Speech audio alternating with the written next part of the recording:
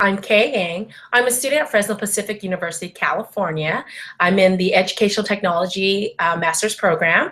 I am here today interviewing Vicki Davis, the Cool Cat teacher at coolcatteacher.com. She's very well known and a respected, connected educator in the learning community. Thank you, Vicki Davis, for joining me today. Can you tell me a little bit about yourself, your background with education and educational technology? Well, I'm a full-time classroom teacher. I'm entering my 15th year of teaching. I teach grades 8 through 12, but I'm also IT director for my whole school. Before that, I taught teachers how to integrate technology into the classroom. So I kind of started teaching teachers and then ended up teaching kids. Oh. How has your leadership in technology impacted your students' learning, the district, and you? Well, it kind of happened by accident because I just wanted, I wanted to teach them how to blog. So I wanted to learn how to blog first. I wanted to teach them how to wiki. So I learned how to use wikis, and I've just been sharing openly.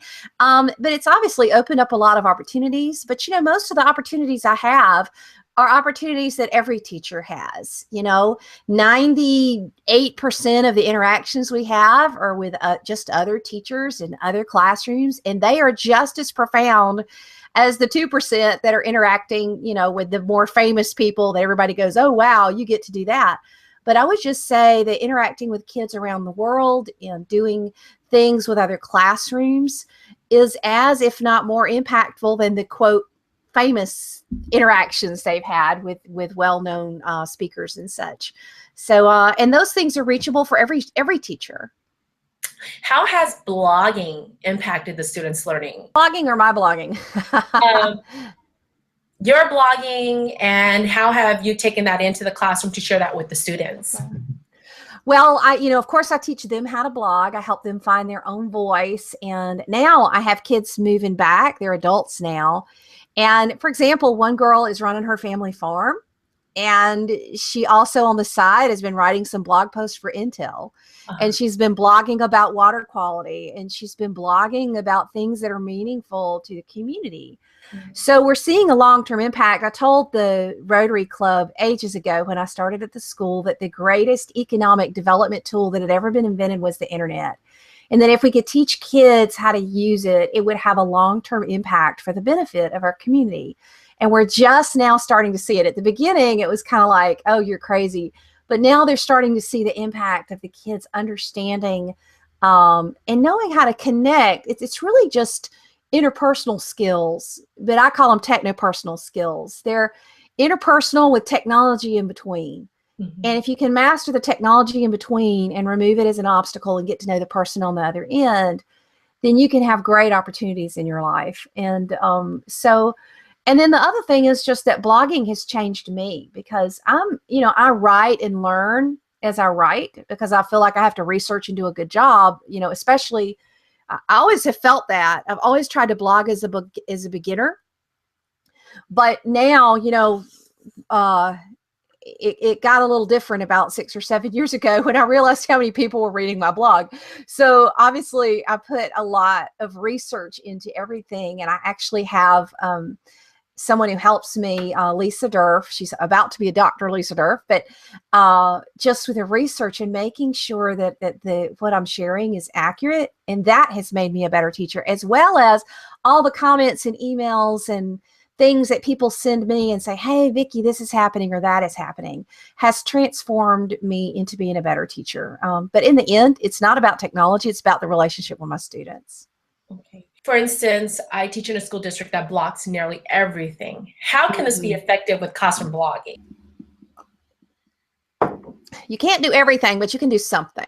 For example, I use a Ning. That's what I use with my students. You could have a private WordPress. You could do Kid Blog. I mean, there's so many things. For many years, people used Class Blogmeister. But there are things like I was just testing a tool the other day called Write the World. And it's a fantastic tool, and it's kind of like blogging, but it's private and they're writing. There are forms of blogging that just about every single school can access. So it's not a matter of I can't do anything. There's always something you can do. So if you say, I want to write and I want to have an audience and I want to write collaboratively, those are kind of some of the things that are new that we couldn't do before. Mhm. You will be able to find a way to do that, even if your kids are in Google Apps and writing together, and then you take it and post it when you get home, which I hate to see teachers that are stuck in that position, because that's the kind of position that a lot of teachers in very, I won't name the countries, but very oppressive countries have to do that. Mhm. And I have a real problem because we've got a digital divide. And we're exacerbating it, because if you look at some of the schools where the worst blocking happens, it's the highest need schools that are being blocked the most. So I would just love to know why that is, because we're just preventing them from having so many opportunities and so many free tools too. On a time when it's not possible to use technology in your lessons, or do you try to incorporate technology with every lesson? I could care less about the technology. It's all about what I want to do. So, one of my first lessons, we use Play-Doh, and I'm the Wonder Lab. So on the first day, I'll say we're the Wonder Lab, and I'll play that wonderful the version of Somewhere Over the Rainbow that the amazing Hawaiian fella, I can't ever say his name, plays. And then I just talk about how wonderful they are and how we're going to experience wonder. And I want them to model with a Play-Doh something that's wonderful about them. And then we take pictures of it with their cell phones, and then they upload it. So their first assignment, they're actually uploading that picture in, and then I turn around and share that to parents. Now I use technology, but technology is such an afterthought. We actually used the Play-Doh and got hands-on and got our conversation going. So technology is just a tool, just like Play-Doh. I'm going to pick it up when it works, and when it doesn't work, so I'm going to put the lid on and put it up and do something else. You offer so many of your own tools, resources, and even those offered on the internet. This can be overwhelming for beginners or starters. How do you narrow it down? Learning. So when you come to a blog like mine and you can't really find what you want or whatever, go in the search box and just type in, differentiate instruction or whatever.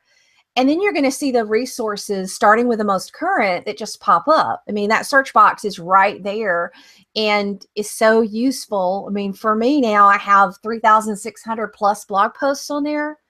So it's easier if you just go search for it and see what you want, and pick something that's going to resonate with you, because different things are going to resonate with different people.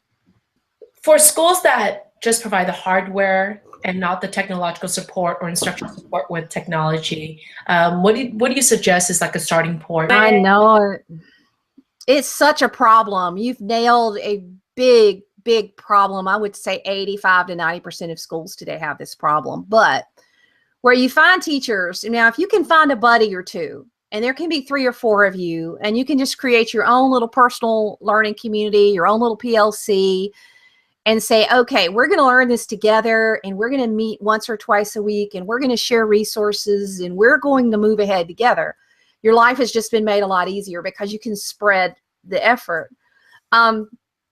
But if it's just you all by yourself and you're a lone ranger, start off by saying, okay, what is a hashtag for this particular technology I'm trying to implement? So if it's Chromebooks, that would be hashtag GAFE, probably GAFE. And start looking of, okay, what are the resources that I can find? I mean, for me, like I have 200 or 300 tutorial videos on my YouTube channel that teachers can just go through and watch. Like I've got all this stuff about your Chrome browser and the best extensions and useful things. It's like 30 things to do with Chrome. So you can sit down and you can kind of go through that. But my strategy, I'm sitting here at my desk at home, it has to do with this little fella. It's a turtle. I innovate like a turtle.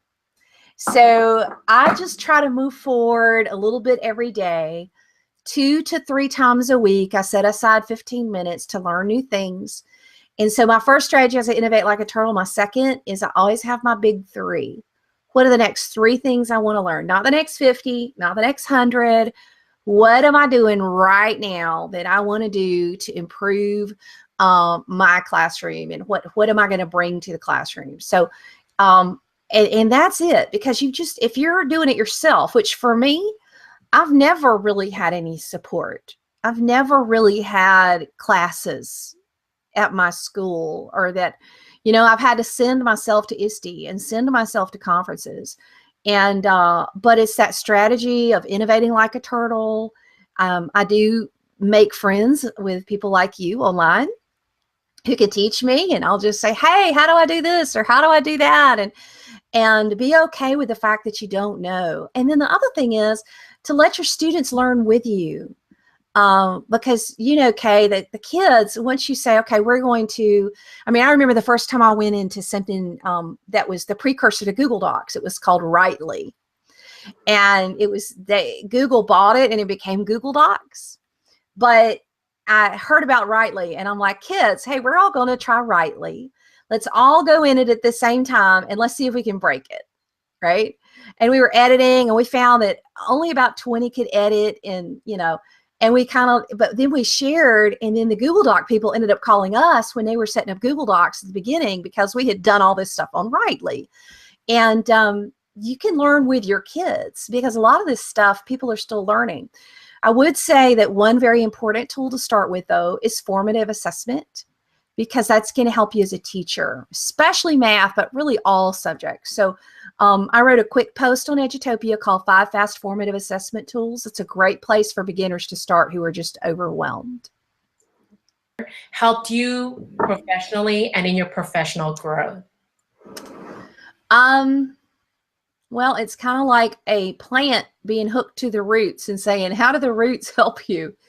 As an educator, I mean, what people see in the classroom is just the stem of the plant and the flowers, but they don't see the roots underneath. And I believe that the expanse of the classroom up above, the flowering you see and the growth, is a direct result of a teacher who has deep roots, who has deep roots in learning, who has deep roots in a community, who's always drawing, you know, rich learning from the soil, but also who's nourishing herself, taking care of herself, getting rest, exercise.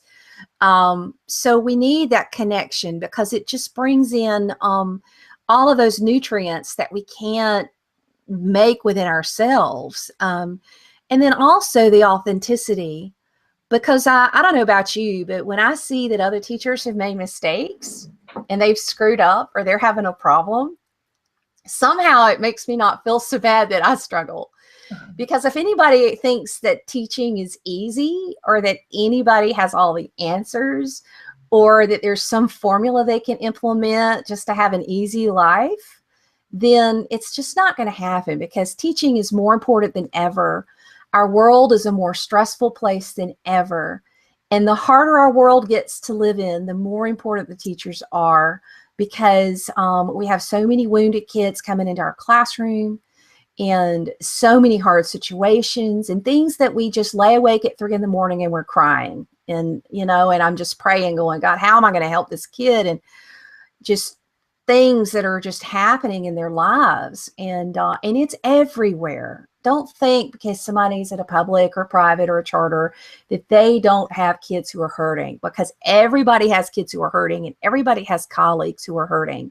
And we need that connection just so that we can have that realness, because the problem is sometimes when we read some of these books, and I have a lot of friends who are authors, but the longer you stay out of the classroom, the more you forget how hard it is, and that there aren't easy answers, and that it's exhausting. And I'm trying to innovate, but I have grading to do till 2 in the morning, you know, like they forget just how hard it is. And I think when we connect that reality of, okay, we can move forward, we can progress, even with all the stress, progress with stress, you know, that's what it empowers us to do. And the other thing is just not for educators not to have guilt. Too many people are putting guilt on us about, oh, you got to do this, you got to do that, or you got. Some schools have 15 and 20 initiatives of things that they want teachers to have to do. And that's crazy. But your focus is the kids and your classroom and teaching. And that when I look at, you know, the man in the mirror or the woman in the mirror, when you look at the end of the day, you know, I gave my very, very best. And for me, I just say God's going to have to do the rest, because I cannot worry about all of the guilt and the problems and the criticism that comes because I am a teacher and I'm in the spotlight. It's like a warrior on the front lines is going to get wounded because they're on the front lines. And we're the warriors on the front lines of society, trying to push back decivilization and push forward for what's good and right and true, and for learning and honesty and the good things in the world. And that's what I believe teachers are. I believe teachers are noble, and I love teachers. And I want them to know that they can do this, and we have to love the kids.